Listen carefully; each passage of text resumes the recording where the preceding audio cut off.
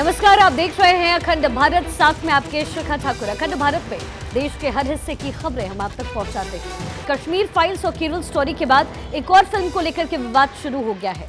अजमेर में 30 साल पहले तकरीबन 100 से ज्यादा लड़कियों के साथ दरिंदगी की कहानी पर बनी इस फिल्म में अजमेर फाइल्स 92 का विरोध लगातार शुरू हो गया है। तकरीबन 30 साल पहले अजमेर में घटी एक घटना ने देश को दंग कर दिया था, जब 100 से भी ज्यादा लड़कियों के साथ हैवानियत की गई, जिसके बाद कई लड़कियों ने अपनी जान तक दे दी। इनमें देश के कई नामचीन रसूखदारों की बेटियां भी शामिल थी। इसके तार अजमेर दरगाह के खादिम परिवार से जुड़ा हुआ है। इस यौन शोषण का सारा खेल शहर के सबसे रईस और ताकतवर खानदानों में से एक चिश्ती परिवार के फारूक चिश्ती और नफीस चिश्ती ने अपने साथियों के साथ मिलकर इसे अंजाम दिया। इतना ही नहीं, बल्कि फारूक और नफीस यूथ कांग्रेस से भी जुड़े हुए थे। इनके पास न सिर्फ सियासी ताकत थी, बल्कि धार्मिक पावर भी।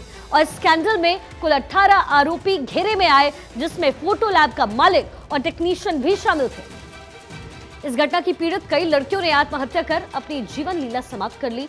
एक ही साथ 6 से 7 लड़कियों ने सुसाइड कर लिया था। इन लड़कियों को आज भी इंसाफ नहीं मिल पाया है और अब इनकी कहानी पर्दे पर उतरेगी।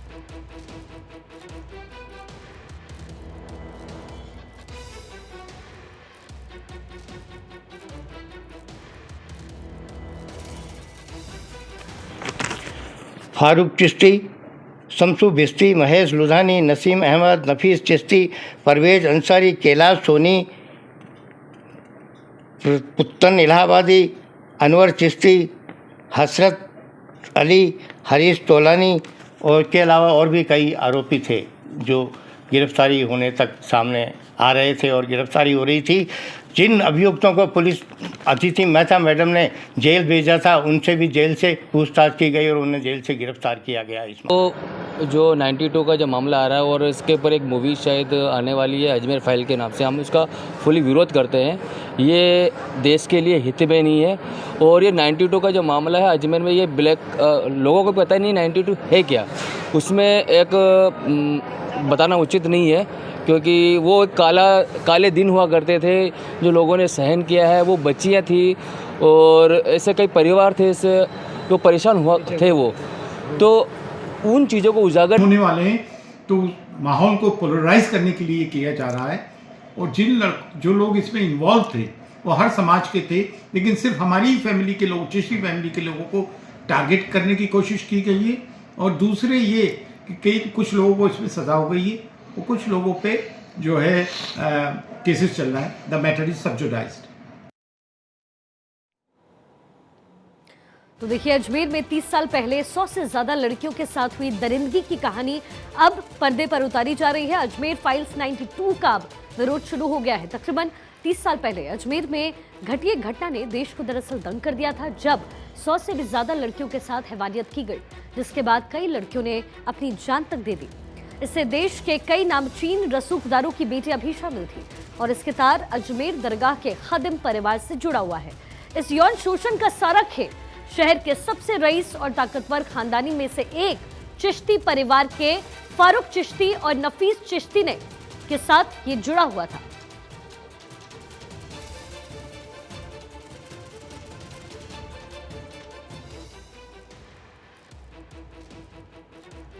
लगातार इस मुद्दे पर हम चर्चा कर रहे हैं। हमारे साथ मेहमान भी जुड़ गए हैं। राजकुमार शर्मा, नेता कांग्रेस, इस वक्त हमारे साथ जुड़े हुए हैं और इसके साथ ही इकबाल चिश्ती, पूर्व सचिव अंजुमन कमेटी दरगाह के हैं। बहुत स्वागत है आप दोनों का भारत 24 पर। सबसे पहले चिश्ती साहब, आपके पास आते हुए रंग देने की कोशिश की जा रही है, ये बयान दिया जा रहा है, एक तरफ डायरेक्शन लिया जा रहा है, एक तरफ इसका रुख मोड़ा जा रहा है, इसका क्या मतलब है? 30 साल लग गए साहब इंसाफ करने में।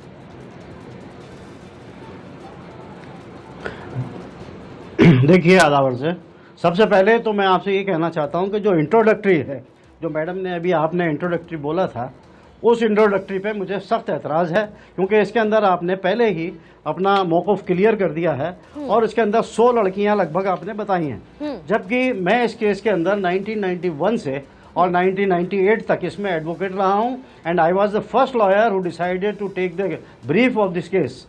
और लगभग करीब मेरे पास 6 मुलजिमान जो थे उनका मैं वकील रहा हूँ इसमें, ये भी मैं साथ के साथ में आपको ऐड करूँ। तो सबसे पहले तो एतराज़ मेरा आपका इंट्रोडक्टरी पे है कि इंट्रोडक्टरी के अंदर जो है कि आपने 100 लड़कियां बताई हैं, जबकि करीब 17-18 के आसपास थी, और इसमें मोस्ट ऑफ द गर्ल्स जो थी वो हॉस्टाइल थी। ये भी आपको क्लियर कर दूं, मोस्ट ऑफ द गर्ल्स क्या 17 लड़कियां हॉस्टाइल थी। एक लड़की का जो था मैटर था वो भी कॉम्प्रोमाइजिंग वे के अंदर था और बिल्कुल डिजायर थी। अब दूसरी बात यह कि ये जो सब आपका प्रश्न क्या था, मैं जरा दोबारा सुन लूं। मैं आपसे चिश्ती साहब ये कह रही थी कि 30 साल पहले का ये केस अब पर्दे पर उतर रहा है, लेकिन जरूरी सर ये है कि सौहार्द को एक रंग ना दिया जाए, इसे नया रूप ना दिया जाए। जरूरी ये है कि इंसाफ हो और ये बात सामने आनी चाहिए, आ रही है अब। देखिए, इस चीज़ को रंग देना तो एक तरीके से मैं कहता हूं कि मैटर सब जुडिस है केस कोर्ट के अंदर, और इसमें करीब 6 मुलजिमान का जो है अभी तक केस जो है वो अदालतों में चल रहा है, जजमेंट आया नहीं है। उस जजमेंट को मुतासिर करना होगा, उस जजमेंट को जो है आप इन्फ्लुएंस करना होगा, और इन तमाम चीज़ों से तमाम चीज़ों से हाँ। जो मीडिया पे चल रहा है, it will influence the judgment of the court, and it is and if it is judgment of the no sir, but I really ये जो है amount to contempt चिश्ती साहब, चूंकि आप इसका आंसर दे रहे हैं और आप कह रहे हैं कि जजमेंट इन्फ्लुएंस हो जाएगा, may I know how is it going to happen, कैसे होगा? जी जी, आवाज साफ नहीं आई। जजमेंट कैसे बदलेगा सर? आपने अभी कहा कि ये जजमेंट को इन्फ्लुएंस करेगा, कैसे? मेरा सवाल नहीं, बदलेगा नहीं, इन्फ्लुएंस हो जाएगा। हाँ, इन्फ्लुएंस। आज मान लीजिए साहब, इन्फ्लुएंस होगा सर, आप चिश्ती साहब, इन्फ्लुएंस होगा। आप ही के स्टेटमेंट को मैं दोहरा रही हूँ, कैसे इन्फ्लुएंस होगा? जो सच्चाई है वही आएगी कोर्ट तक, तो ये बात पहले से है, फैसला आना बाकी है जी। तो हम जजमेंट से पहले अपना मीडिया ट्रायल क्यों करेंगे? अगर हम मीडिया ट्रायल करेंगे तो जजमेंट इन्फ्लुएंस होगा नेचुरली, समझे? It will try to influence the court वाली बात हो जाएगी। ठीक है, राजकुमार शर्मा कांग्रेस के नेता हमारे साथ इस वक्त जुड़ गए हैं। हमारे साथ कुछ और मेहमान हैं, इंट्रोडक्शन एक बार करवा देते हैं। एसपी मित्तल, वरिष्ठ पत्रकार, भी इस वक्त हमारे साथ मौजूद है। राजकुमार शर्मा जी, आपके पास आते हुए, ये मामला जिस तरीके से 30 साल पुराना बताया जा रहा है, कई लोगों के नाम है, हालांकि चिश्ती साहब अभी इसको ठीक कर रहे थे, वो कह रहे थे कि 17-18 लड़कियां ही थी, हमने अपने इंट्रोडक्शन में कुछ गलत इन्फॉर्मेशन दी, ऐसा उनका कहना है। हालांकि हमारे पास जो पेपर्स है उस हिसाब से 100 लड़कियां थी, क्योंकि ये 1-2 लड़की का मैटर ही नहीं था, ये तो पूरा एक वेब तैयार किया गया था। लेकिन इसमें कांग्रेस का नाम भी है, क्योंकि पावर का इस्तेमाल हो रहा था उस वक्त, और यही वजह थी कि ये इतनी ज्यादा इन्फ्लुएंशियल हो गई कि लड़कियां आत्मदाह करने पर मजबूर हो गई। देखिए शिखा जी, ये घटना बहुत दुर्भाग्यपूर्ण घटना है। ऐसी दुर्घटना चाहे राजस्थान के अजमेर में घटे या देश के किसी भी कोने में घटे, कांग्रेस पार्टी इसकी भर्त्सना करती है, घोर विरोध करती है और निंदा करती है। ऐसी घटनाएं कहीं भी नहीं घटनी चाहिए। जहां तक आप कह रहे हैं कि चिश्ती साहब संख्या कम ज्यादा बता रहे हैं, किसी के साथ भी ऐसा अत्याचार हो, संख्या चाहे 1 हो चाहे 1000 हो, तो कांग्रेस पार्टी इसका विरोध करती है। और मैं आपको एक और बात बताता हूँ, जब ये घटना घटी थी तब भारतीय जनता पार्टी की राजस्थान में सरकार थी, तो भारतीय जनता पार्टी की सरकार को उस समय कार्रवाई करनी चाहिए थी, जिससे वो कार्रवाई करने से चूक गए, इसलिए एक घटना बढ़ती चली गई। लेकिन जुड़ा तो नाम यूथ कांग्रेस का भी था ना इससे सर, अगर आपको याद हो। शिखा जी, मैं कह रहा हूँ, अगर यूथ कांग्रेस का नाम जुड़ा है तो भारतीय जनता पार्टी के तत्कालीन मुख्यमंत्री आदरणीय बैरिस्टर शेखावत थे, वो उस पर अगर कार्रवाई करते तो इस तरह की घटनाओं को और आगे बढ़ने से रोका नहीं, तो रोका गया ना फिर राजकुमार जी, वो तो रोका गया ना फिर। लेकिन जब तक ये लाइमलाइट में आया, क्योंकि नामचीन हस्तियां शामिल थी, पावर शामिल था, पावर की वजह से ही इतनी लड़कियां उसकी जद में आती चली गई, तो एक्शन लिया गया ना, तभी तो मामला कोर्ट तक पहुंचा। विपक्ष, आप देखिए, एक दिक्कत है कांग्रेस के साथ, मैं आपको बताती हूँ राजकुमार जी, वो दिक्कत क्या हो जाती है कि जब आपका मैटर आता है, आप दूसरे के कंधे पे बंदूक डाल देते हैं। लेकिन ये मैटर सामने आया, इन्वॉल्वमेंट तो था ना सर, मेरा सवाल यही है। और आज जब वो फिल्म उसके ऊपर बन रही है, राजकुमार जी मेरा सवाल सुन लीजिए, वो जो हुआ वो पुरानी बात थी, अब पर्दे पर आ रही है। मेरा सवाल ये है कि आज जब ये पूरा मामला पर्दे पर लाया जा रहा है, तो इसको रंग देने की कोशिश क्यों हो रही है? ये तो जो हो चुका है वो दिखाया जा रहा है, फिर आप कह रहे हैं कि judgment is going to get influenced. Shikha ji, घटना बहुत दुर्भाग्यपूर्ण थी। कांग्रेस पार्टी कह रही है कि घटना सही नहीं थी, घटना गलत थी। अब इसको फिल्म के माध्यम से दिखाया जा रहा है, तो जो सच था वही सच दिखाया जाए, उसको तोड़ मरोड़ के पेश नहीं किया जाए। कांग्रेस पार्टी इस बात के लिए कह रही है। ठीक है, एसपी मित्तल वरिष्ठ पत्रकार भी हमारे साथ जुड़े हुए हैं। मित्तल साहब, आप इस पूरे घटनाक्रम को किस तरीके से देखते हैं? आपका एक लंबा एक्सपीरियंस है और ऐसे में जो घटना हुई आज पर्दे पर उतारी जा रही है, देखिए एक एक करके कश्मीर फाइल्स का जिक्र कर ले, 72 हूरों का जिक्र कर ले, उसका भी टीजर कल ही परसों में रिलीज हुआ है। अब इस फिल्म के आने पर कहीं ना कहीं एंगल देने की, रंग देने की कोशिश की जाएगी। आपका आकलन क्या कहता है? आपके हिसाब से जो चीजें 30 साल पहले हुई, जिसका अभी तक हिसाब किताब हो नहीं पाया है, वो जब पर्दे पर आती है, क्या वाकई एक वर्ग इन्फ्लुएंस होता है आपके हिसाब से? देखिए शिखा जी, जब ये मामला 91-92 का था, तब जो मीडिया है वो इतना ये कहें कि इतना सशक्त नहीं था जितना कि आज की तारीख में है। और उस समय सोशल मीडिया का भी चलन नहीं था और इलेक्ट्रॉनिक मीडिया की जो चैनल्स थे वो कम थे, जिनका क्या नाम से जो उनकी मार थी वो भी कम। लेकिन जहाँ तक प्रिंट मीडिया का सवाल है तो इसमें कोई दो राय नहीं कि उस समय भी प्रिंट मीडिया में प्रमुखता से ये बात आई और जो आंकड़े आपने दिए हैं वही आंकड़े करीब करीब उनमें आए। और ये तो बात है कि 16 लड़कियां इस मामले में अदालत में गई हैं, बयान देने के लिए गई।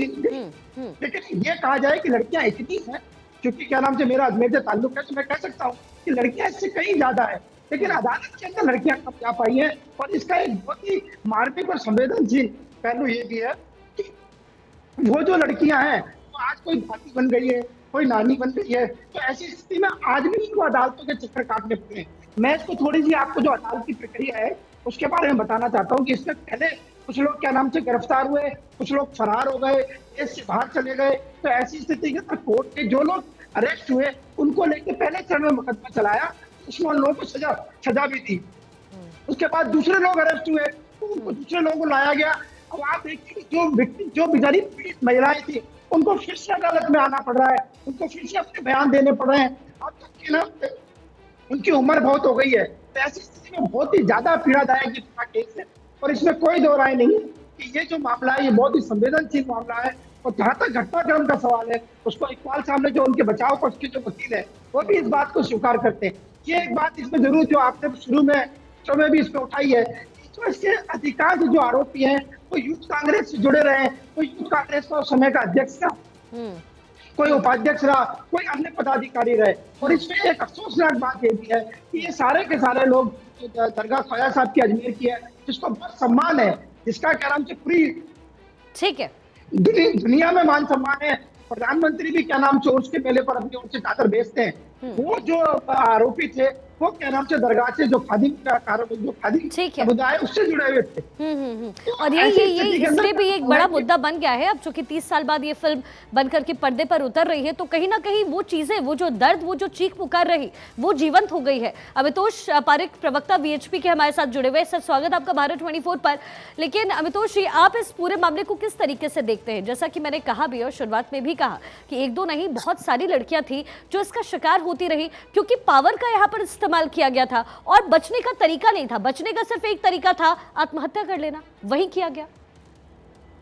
शिखा जी, सबसे पहले तो मैं धन्यवाद करना चाहता हूं भारत 24 का कि इस विषय को आपने उठाने का प्रयास करा और निरंतर रूप से जो इस विषय को यहाँ पर सपोर्ट कर रहे, डिफेंड कर रहे हैं, मैं उनकी शर्मनादगी से निंदा भी करता हूँ। लेकिन आप देखिए, ये विषय हुआ 1992 के अंदर में, और जब ये विषय उठा था तब एक पत्रकार ने, जब इस पिक्चर्स को सर्कुलेट हुआ तो विश्व हिंदू परिषद के कार्यकर्ताओं के पास आए, जिन्होंने एजेंसी को दिया और उसके बाद में इसमें ट्रायल स्टार्ट हुआ। कुछ पत्रकार का, वरिष्ठ पत्रकार का भी जो अजमेर से, उनका ये कहना है कि लोकल इन्फोर्समेंट एजेंसी को ये बहुत पहले पता था कि रैकेट चल रहा है, उसके बावजूद भी because of power, influential people, और संतोष गुप्ता जो सीनियर जर्नलिस्ट है, उन्होंने कहा कि जो अक्यूज, अभियुक्त थे इसके अंदर में, वो इन्फ्लुएंशियल फैमिली से आते थे, खादिम फैमिली से आते थे, चिश्ती परिवार से आते थे। और कांग्रेस के प्रवक्ता बैठे वो ही नहीं बताएंगे, लेकिन जो इसमें मेन अक्यूज था फारूक चिश्ती, वो यूथ कांग्रेस लीडर था, प्रेसिडेंट था यूथ कांग्रेस का। उसके बाद जो दूसरे थे नफीस और एक और, वो जॉइंट सेक्रेटरी और वाइस प्रेसिडेंट थे उस समय कांग्रेस के।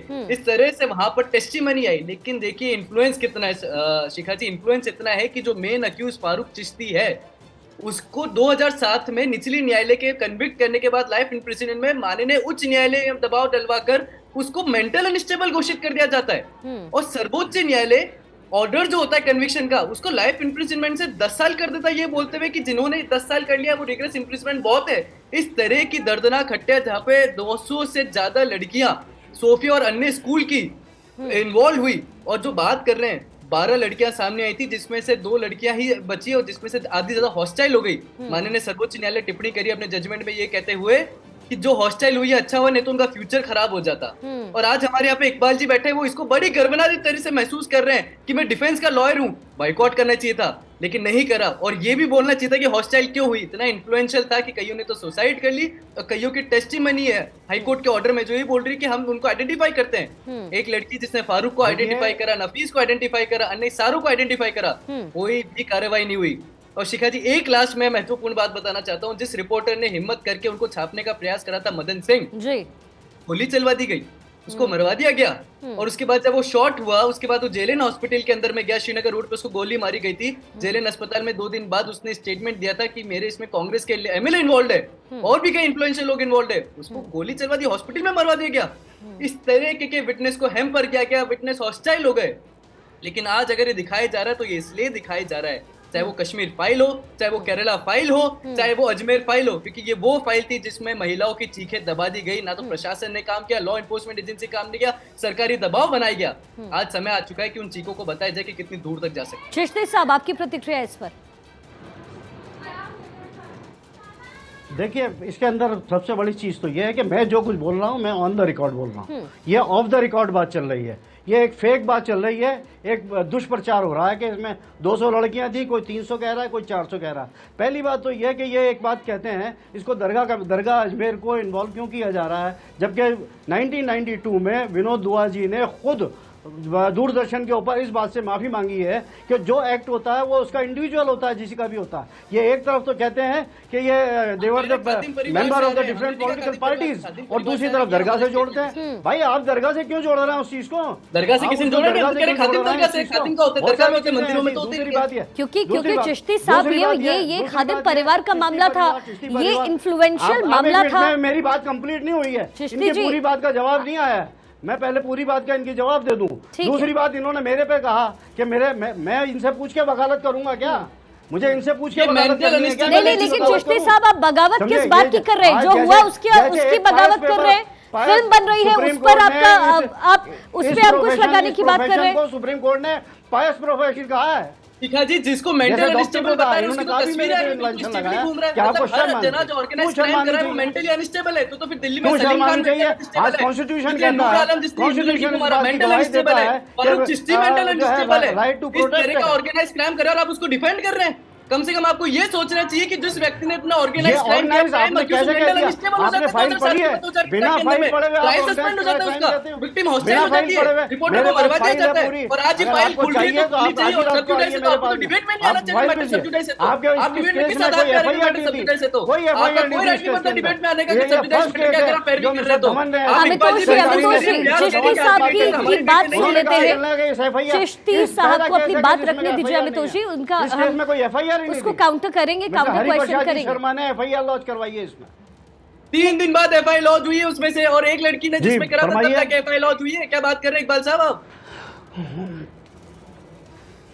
अरे साहब, आप एफआईआर पढ़िए। अरे 12 पीपी चेंज हो गए, 30 ऐसे तो चेंज हो गए, 5 सरकारें बदल गई, 92 से केस चला। शिखा जी, एक विक्टिम का स्टेटमेंट है पोक्सो कोर्ट में अभी। अब आप सरकारें बदलने पे आ गए। आप अपने मुद्दे पे रहिए, मुद्दे से मुद्दे की तरफ मत जाइए, व्यवस्था को सपोर्ट करने की मुद्दे की तरफ मत जाइए। आप बोल दे फारूक चिश्ती से ऑर्गेनाइज क्राइम के मेंटल अनस्टेबल हो जाता है, मत कीजिएगा। आप अपने आप एक हास्यजनक कल्पना है कि जो व्यक्ति फाइल पढ़ लिया क्या? वो मेंटल आप अनस्टेबल फाइल पढ़ के बात कीजिएगा।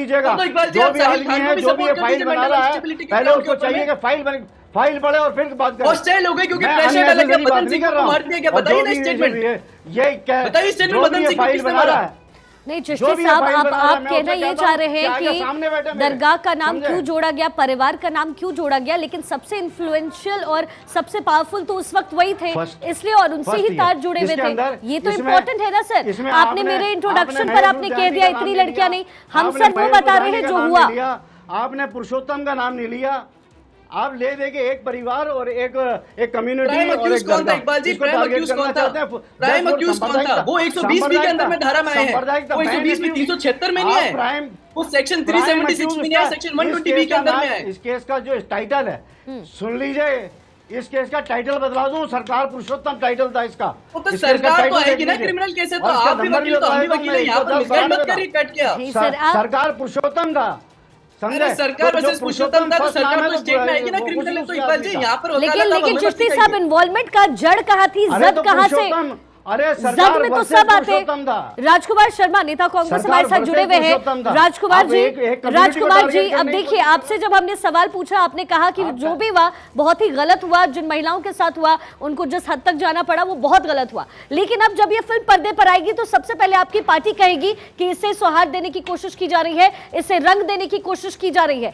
ना कि वो ये कहेगी कि वो जो चीजें हुई थी, जो माजी में जो चीजें हुई उसे सामने रखा जा रहा है। शिखा जी, मैं फिर कह रहा हूं कि कांग्रेस पार्टी ऐसी घटना की निंदा करती है और जो सच है उसको सच दिखाने में कांग्रेस पार्टी विरोध नहीं कर रही है। जैसे फिर जो सर सच है, उसको कश्मीर सच फाइल्स दिखाया में आपने जाए विरोध किया, और जो इस पूरी घटना कश्मीर में- फाइल्स में आपने विरोध किया, केरला स्टोरी पर आपकी तरफ से विरोध किया गया, जगह जगह बैन करवाए गए, ये तो हुआ ना? शिखा जी, इस घटना में जो भी अपराधी हैं उनको कड़ी से कड़ी सजा मिलनी चाहिए ताकि ऐसी घटना की पुनरावृत्ति पूरे देश में, पूरे राज्य में कहीं पर भी नहीं हो। मैं खुश हूं कि आप ये स्टेटमेंट दे रहे हैं। मित्तल साहब, आपकी क्या प्रतिक्रिया है इस पे? देखिए, अब जो चीज हो गई, ये कहानी 30 साल पुरानी है, जजमेंट अभी तक नहीं आया है, फैसला अभी भी बाकी है, लेकिन अगर नाम लिया जाएगा तो जद में तो सभी आएंगे, फिर वो शाही परिवार हो या बहुत बड़ा खानदान क्यों ना हो, जो हुआ वो पोर्ट्रे किया जा रहा है, फिल्मी पर्दे पर रखा जा रहा है। दिक्कत क्या है? नहीं, देखिए, इसमें जो बचाव पक्ष के जो वकील हैं इकबाल चिश्ती, इनका अजमेर में बहुत मान सम्मान है और इनको क्या नाम से एक अच्छा लॉयर माना जाता है, इसमें कोई दो राय नहीं है। लेकिन ये भी इस बात से सहमत होंगे कि जो कृत्य हुआ है वो शायद गलत हुआ है, चाहे वो 2 लड़कियों के साथ हुआ, चाहे 5 लड़कियों के साथ हुआ या ज्यादा लड़कियों के साथ हुआ, लेकिन हुआ वो बहुत ही गलत है। और जिस तरीके से क्या नाम से इसमें हिंदू व्यक्तियों के नाम के बारे में कहा जा रहा है, तो मैं जरा सा यहाँ स्पष्ट करना चाहता हूँ कि उसमें क्या कुछ क्या नाम से जहाँ फोटो लैब था उसके लोगों का भी क्या नाम से उसका नाम शामिल हो गया इसके अंदर, लेकिन जो मुख्य अभियुक्त थे वो वही क्या नाम से, चाहे वो फारूक चिश्ती हो, चाहे नफीस चिश्ती हो, सारे ये लोग पैरोडोना हो। और इसमें अभी भी क्या नाम से एक व्यक्ति क्या नाम से फरार है, जिसके भारत सरकार ने रेड कॉर्नर नोटिस तक जारी कर रखा है। जी। तो ये मामला भी चलेगा, पता नहीं वो कब आएगा यहाँ पर, कि उसका क्या नाम से चालान पेश होगा, फिर उसकी कार्रवाई होगी। ये बड़ा लंबा मामला खिंच रहा है। ठीक है। कुल मिला के ये है कि जब ये मामला हुआ था तब इसमें अजमेर की छवि थी, छवि खराब हुई, पूरे देश भर की छवि खराब हुई, धूमिल हुई, और वही कहानी अब पर्दे पर 30 साल बाद उतारी जा रही है। बहुत बहुत शुक्रिया आप सभी का हमारे साथ जुड़ने के लिए। और इसी के साथ फिलहाल वक्त एक छोटे से ब्रेक का है, फौरन होंगे हाजिर। अहम खबरों के साथ आप बने रहिए भारत 24 पर।